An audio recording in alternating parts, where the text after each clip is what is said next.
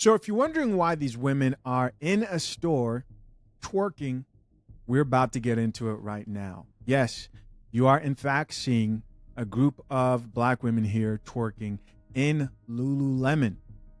And this post was accompanied with this caption from this person who shared it that read, "Maybe the CEO of Lululemon had a point." Now, you might not believe me, guys, but this here is a protest. Drink the coffee, it'll make you feel better. It's a protest. Against what exactly? Against what was said a year ago by the founder. And we're going to get into it in this clip. Let's check it out.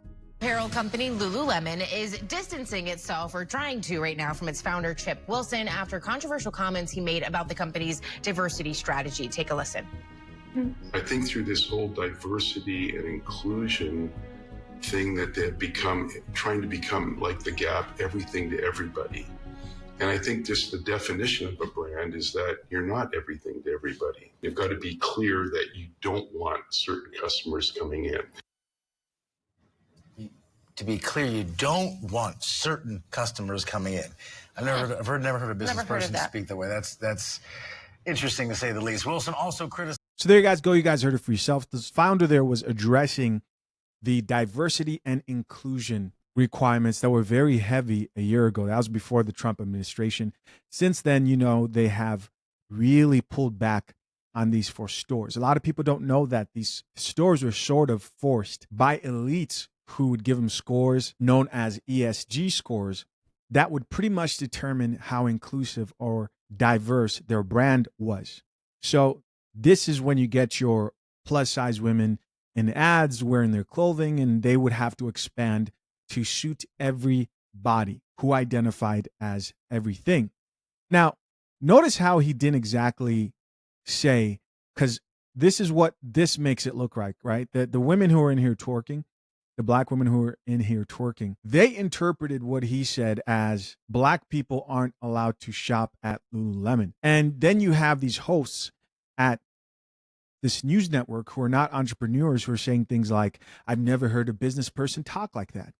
Well, that's because you don't hear people who are business owners typically use the type of language that is reserved for like boardrooms and private meetings. Every single brand and every single business has an ideal customer. And I don't think his ideal customer was specific to a particular race. Now, do you recognize that certain racial groups do tend to gravitate towards certain products or services and businesses? Yes. And that's part of understanding your ideal customer or client. If you're some emo chick or goth chick, you're not going to go shop at Lululemon. If you're somebody who likes the clothing at Lululemon, you're not going to shop at a place that specifically targets streetwear like Zoomies or something like that, right? The idea of understanding your ideal customer also exists in something like a service-based business. Different from selling a product, you maybe sell a service. Let's say you're a personal trainer, and the service that you sell is that you provide high-end training for high net worth individuals. Now, you may go about that by doing something that's called qualifying leads, meaning you know the type of customers who you will not serve, and they will know that too. And I don't think that he was directing this to the black population in specific. Interesting to say the least. Wilson also criticized the people used in the company's ads, calling them unhealthy and sickly. Now, this is not the first time that Wilson has gotten some backlash for controversial comments. He resigned as CEO a decade ago, more than a decade ago, after he said, quote, "Some women's bodies don't actually work for the yoga pants." Mind you guys, this is just a year ago. If you think about how much things have changed, right? A year ago, when you said something like this, it would be controversial. And what does he mean by the yoga pants? He probably means that certain women are just too fat to actually fit in them. Unfortunately, there are people who live in a reality where every business should service everybody. They want to embrace some sort of socialist approach to how business should be conducted. And that's just not the world we live in, especially right now. He left the company board completely several years ago, back in 2015. So in response to these latest comments that have gone viral, Lululemon said in a statement, quote, Chip Wilson does not speak for Lululemon. His comments do not reflect our company views or beliefs. It is a very different company today than when he left. Joins us now. Jeremy is a globally recognized marketing consultant, branding expert, and best-selling author. Jeremy, welcome to the show. And this situation is a little sticky. It is a little sticky. So you're a good guest to have on, my friend. Exactly. Wilson, as we know, is just no stranger to controversy. I mean, those are just two things, I'm sure, of a long, long list of things he has said in the past. From a business perspective, though, what impact do comments like these have on a business? It's not funny. I get your pen. And from a business model, though, I mean, you want money from everyone, don't you? Why isolate groups of people? Thank you. I think it's an interesting challenge. What's this mean to Lululemon? Virtually nothing. After this news cycle is done, the comments will be gone and we'll be moving forward on. Exactly. And that's what happened. We're not about to listen to this. Let's check out a few comments, though, in response to this post and see what people had to say. So here are a few responses. Top comment here says, this is actually embarrassing as F. Now, I am pleasantly surprised that there are other people who are looking at this and going, you know what? They're doing nothing here but embarrassing themselves. Somebody else here says, dear white people, we don't know these women. And then you have a response here from other people who added on to this comment thread. This person that says, I don't see the problem.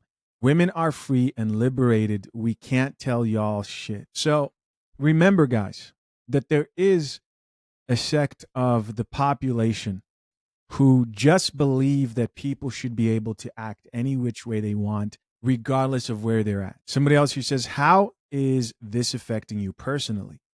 Again, no matter how you may be indirectly affected, you should just sit and watch as people carry themselves in any which way that they choose. Another person here says, I'm glad you said it, embarrassing. Let's see. Another person who says, I mean, I guess, set yourself free from actually giving an F about what others think of you and live for yourself based on your own morals. So this person's pretty much saying, do whatever you want. There is no reputation building. It doesn't matter what you do. Twerk at a restaurant, twerk in Lululemon.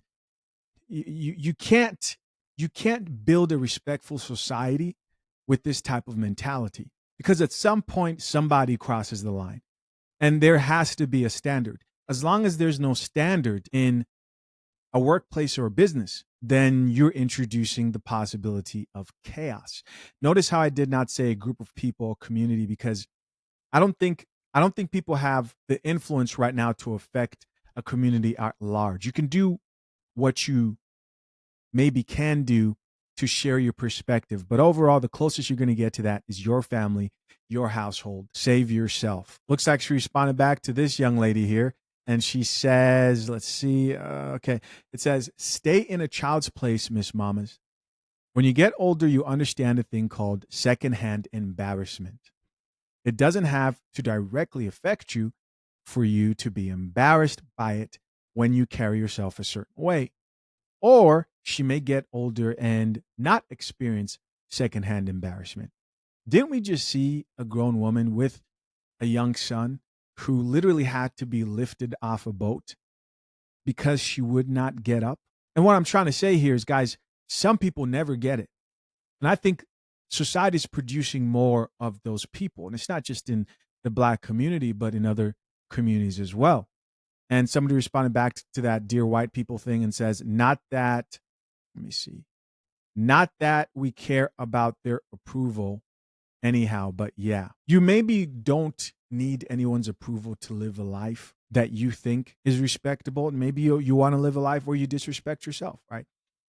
As long as you don't complain and you accept everything to the chin, and after you're done, you take all your licks and all the consequences, then, you know, at the end of the day, we're all allowed to live a toxic life if that's what we choose. But the idea that you don't want anybody's approval, I can see that. But you definitely want at least the respect of other respectable people. Listen, guys, of course, I'm curious to know, what do you think of the conversation? Comment down below. To my currently engaged men who value family, men who value raising up children in a two-parent household, and you also value protecting yourself legally for that marriage, want a prenuptial agreement but don't know where to start, head over to fathershaverights.com. We help you understand what steps to take that will not only save you time, but money before you hire your attorney. Till next time, I'm out. Peace.